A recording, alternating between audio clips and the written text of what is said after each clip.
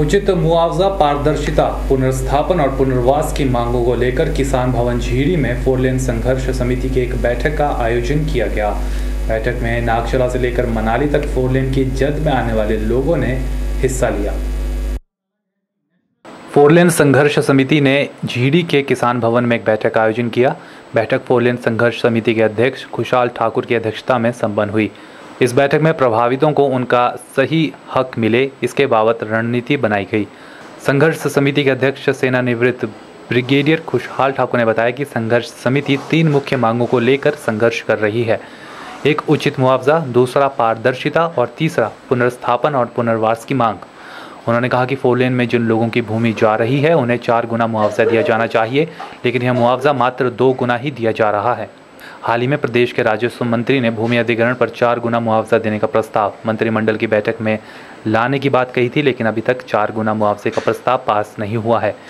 इसके अलावा मुआवजे के लिए मार्केट रेट का फार्मूला उचित नहीं है। इस फार्मूले के अनुसार कई स्थानों का रेट बहुत कम है, जबकि वास्तव में उस भूमि की वैल्यू बहुत ज़्यादा है। उन्होंने मांग की है कि भूमि के मार्केट रेट फिर से रिवाइज किए जाने चाहिए।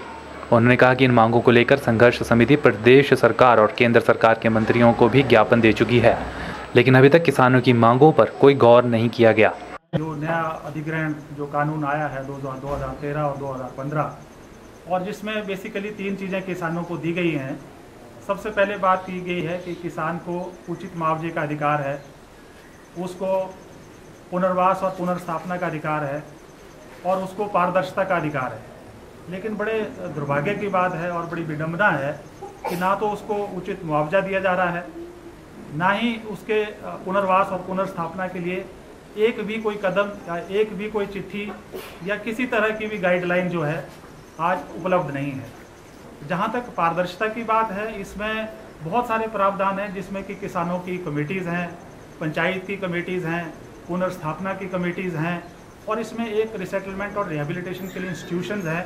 लेकिन ज़मीनी हकीकत यह है कि आज ये कुछ भी नहीं है।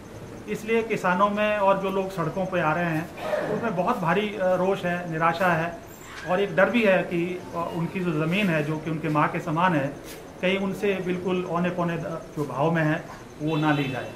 हमारा उद्देश्य यही रहा है कि हम लोगों को जो लोगों की भूमि ली जा रही है उस भूमि का सही उचित मुआवजा दिला सकें।